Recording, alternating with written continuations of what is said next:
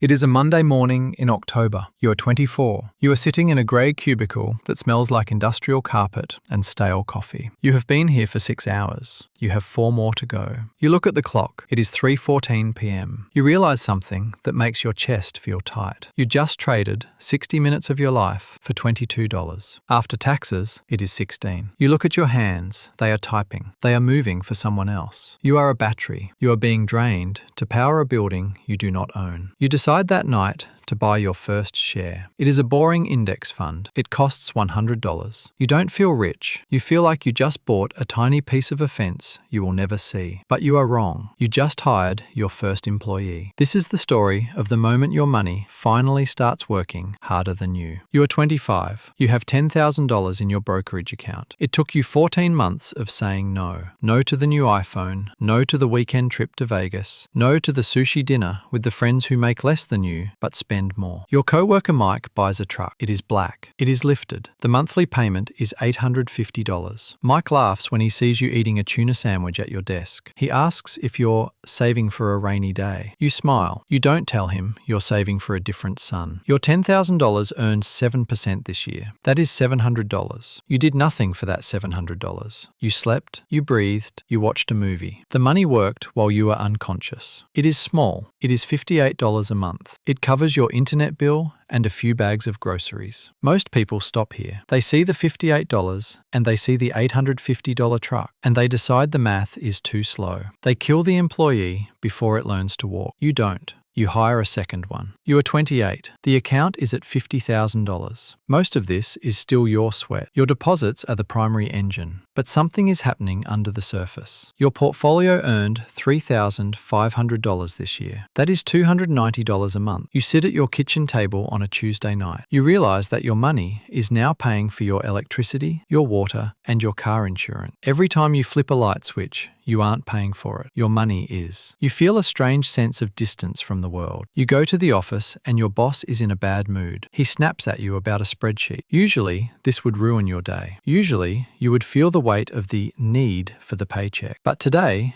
you look at him and you think about the $290. You realize that even if he fired you, your lights would stay on for a while. You don't say anything. You just go back to work. You are becoming a person with options. The system doesn't like people with options. The system likes people who are hungry. You are starting to feel full. You are 32. You hit 6 figures, $100,000. This is the hardest number you will ever make. It is the number where the math changes from addition to multiplication. Your portfolio earns $7,000 in a good year. That is a full month of your salary. You have reached the 1-month milestone. For 1 month out of every 12, you are essentially a volunteer. You are working for free because your money has already covered the cost of your existence for those 30 days. You see Mike at a high school reunion. He has a second truck. He has a boat. He looks older than 32. He tells you he's grinding. He asks what you're driving. You tell him it's the same Honda. He shakes his head. He tells you that life is short. You agree with him. You just have a different definition of what short means. To him, life is short, so you must spend. To you, life is short, so you must own. That night, you check your account. The market went up 1.5%. You made $1,500 while you were talking to Mike. That is more than Mike made all week. The employee is now a manager. You are 36. You have $250,000. The numbers on the screen start to feel unreal. A 10% market gain is $25,000. That is half of what you earned at your first job. You realize that your money is now moving faster than you can save. Even if you stopped contributing today, the machine is heavy enough to keep rolling. You are sitting in traffic on a rainy Wednesday. You look at the people in the cars around you. You see the grip they have on their steering wheels. You see the tension in their shoulders. They are driving to buy permission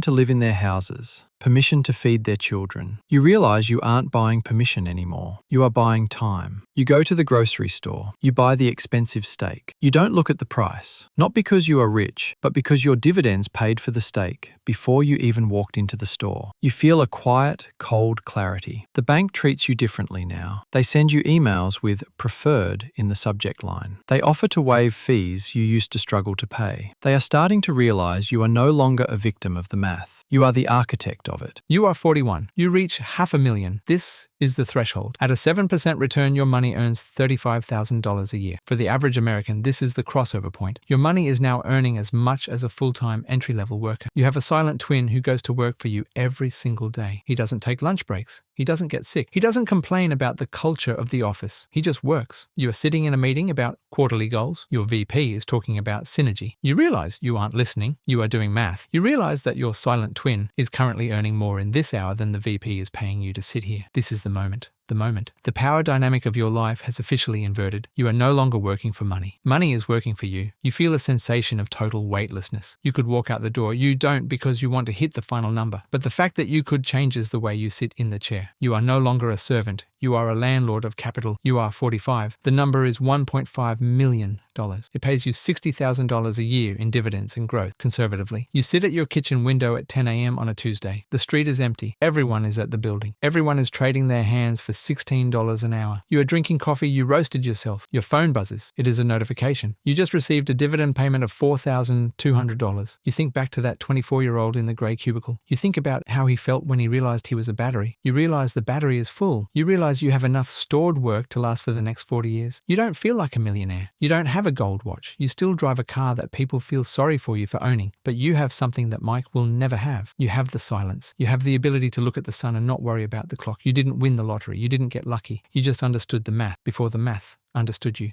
The world will tell you that wealth is what you buy. The world will tell you that the goal is to show people how much you have. They are wrong. Wealth is what you don't spend. Wealth is the silent engine in the basement of your life that hums while you sleep. Most people spend their lives trying to look like they don't have to work. You spent yours making sure you actually don't. You look at the screen one last time. The number is quiet. The number is sure. You close the laptop. You walk outside. For the first time in 20 years, you aren't late for anything. You have all the time in the world because you finally taught your money to work harder than you ever could.